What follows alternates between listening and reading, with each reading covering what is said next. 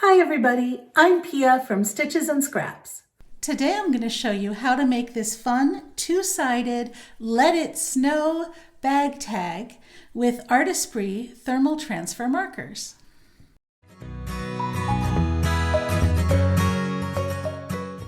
For this design you'll need Artesprix thermal transfer markers, plastic bag tags, heat tape, protective paper, and the protective pad.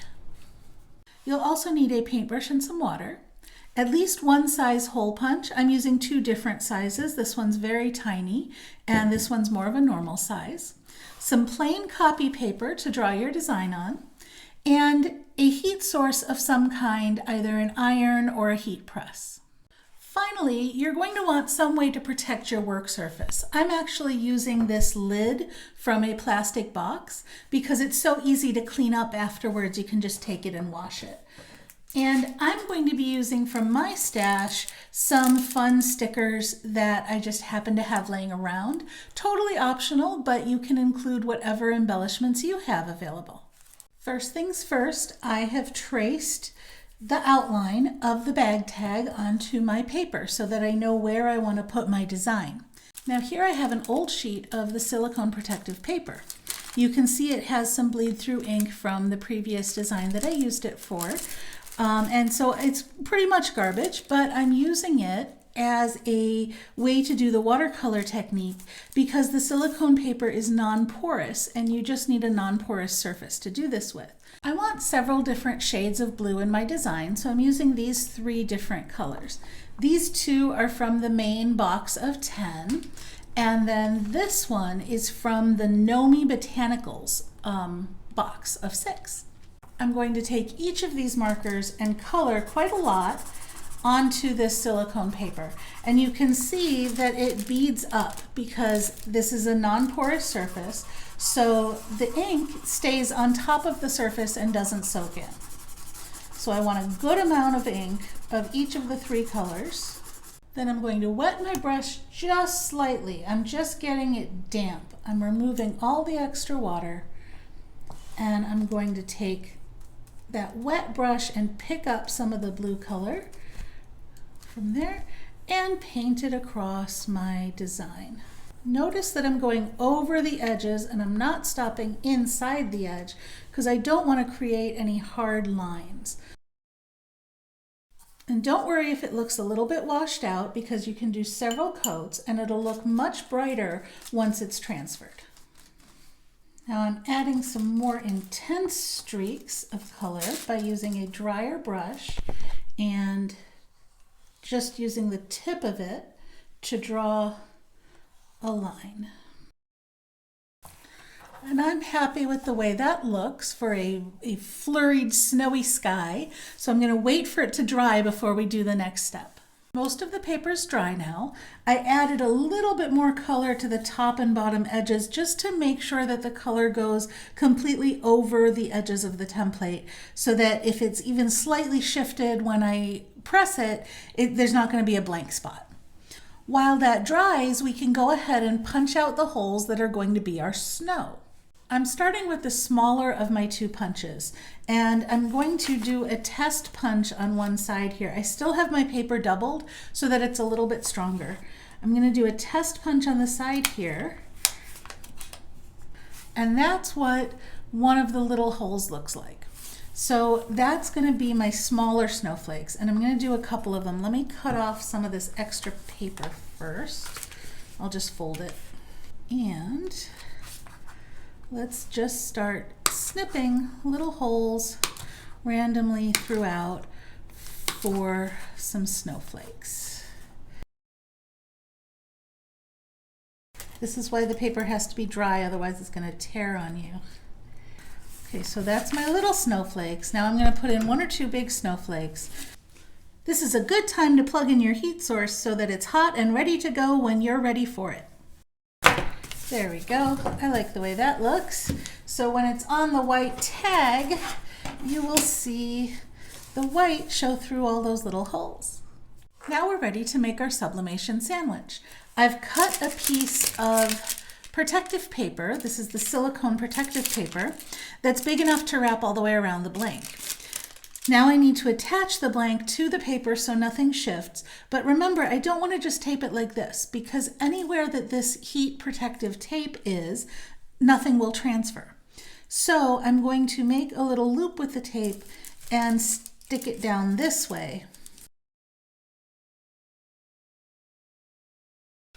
Now next in our sandwich is our design, and you can see that I've trimmed off some of the extra paper along the edges. I'm going to line this up as well as I can. Now I know that here I've made fold marks. I'm going to make them even a little crisper. Fold marks along the edge and the top. So that'll help me line it up. The other thing that I could do is I could cut out a little bit of the opening here, but it doesn't matter if it's perfect because we've colored over the edge. So even if it's not perfect, it will still get color everywhere. Now I'm going to take more of the heat tape and tape down the parts that are white, the parts that aren't going to transfer. Okay, so our design is in place. Now I'm just going to fold this over, and you could cut a separate piece, but there's no need. I just fold it over. And this protective paper protects my iron, protects my pad, makes sure basically that no color is going to be bleeding through anywhere that I don't want it.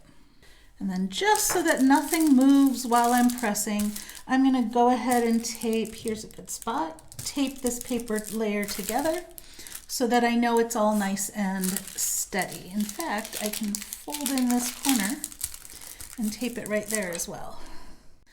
My heat press is ready, so I'm going to place the heat press directly over, I think it covers, yes, it covers the whole tag, and I'm going to press gently.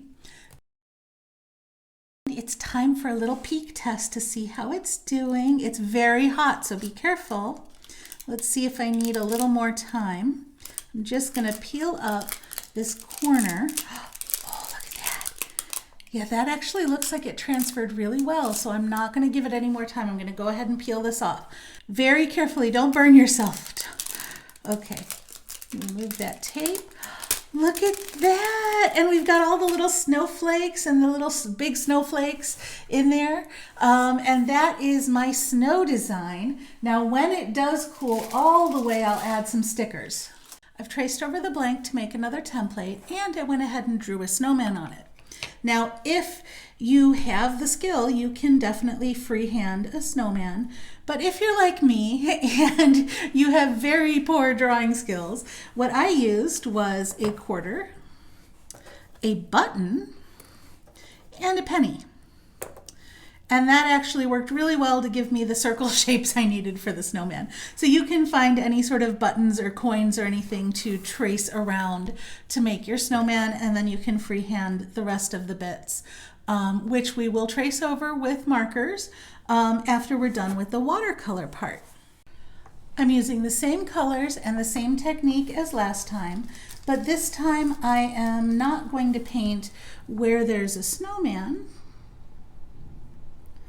And I'm also not going to paint in this bottom section where I've drawn that line. Okay, I'm happy with the sky. I'm going to set all my wet stuff aside, and this time while that's drying I can actually color in the rest of it. See, I can color all this part in because it's not where the water is. It's all dry, the area where I'm coloring. I want to be careful on the arms because I don't want that brown color to leach off. I've had to do it again because I didn't wait long enough. I was too impatient. And when I put the brown in for the twigs, you can see how it spread out because of the water that was still there. I didn't wait for it to completely dry, so I had to do it again. No big deal. That is the joy of working with these markers. You're just drawing on paper, so you can keep redrawing until you get it exactly the way you like it. Now this over here, I made a little tiny mistake with the blue paint or the blue ink, and it got into the snowman's face. No big deal. I took a tiny little piece of heat tape and I used this actually to put it in place over that where it's supposed to be white, because the color won't transfer through the heat tape. Now I'm going to set this aside and let it dry completely before I try to do those twigs so that I don't end up with the same problem I got here. My design is done, so let's go ahead and turn on the heat press and make our sublimation sandwich. First, I'm going to take this piece that I finished, I'm going to put the tape on the finished side, turn it over, and stick it down. Okay, now I'm going to place my design on this side.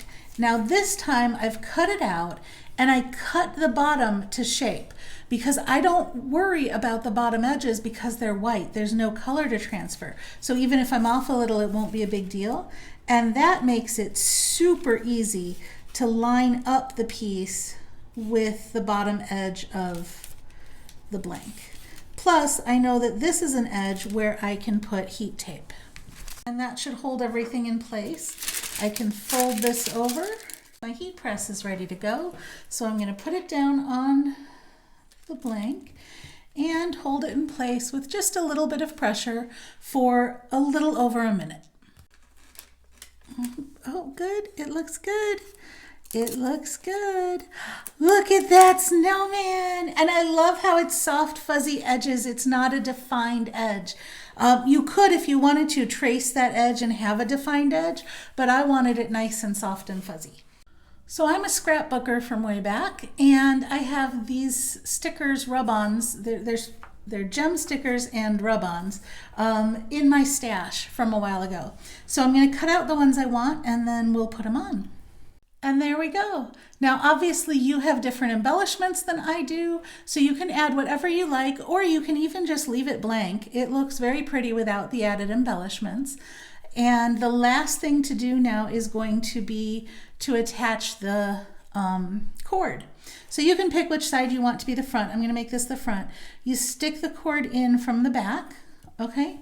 Then you open up this loop and pull the cord through that loop. And what that does is creates this little knot for you. And now you can hang this on your bag. I added just a few more of the shiny stickers because you can never have too much bling, right?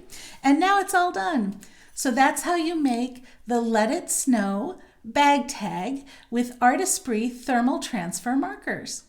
If you enjoyed this video, please give me a thumbs up, share it with your friends, or leave me a comment.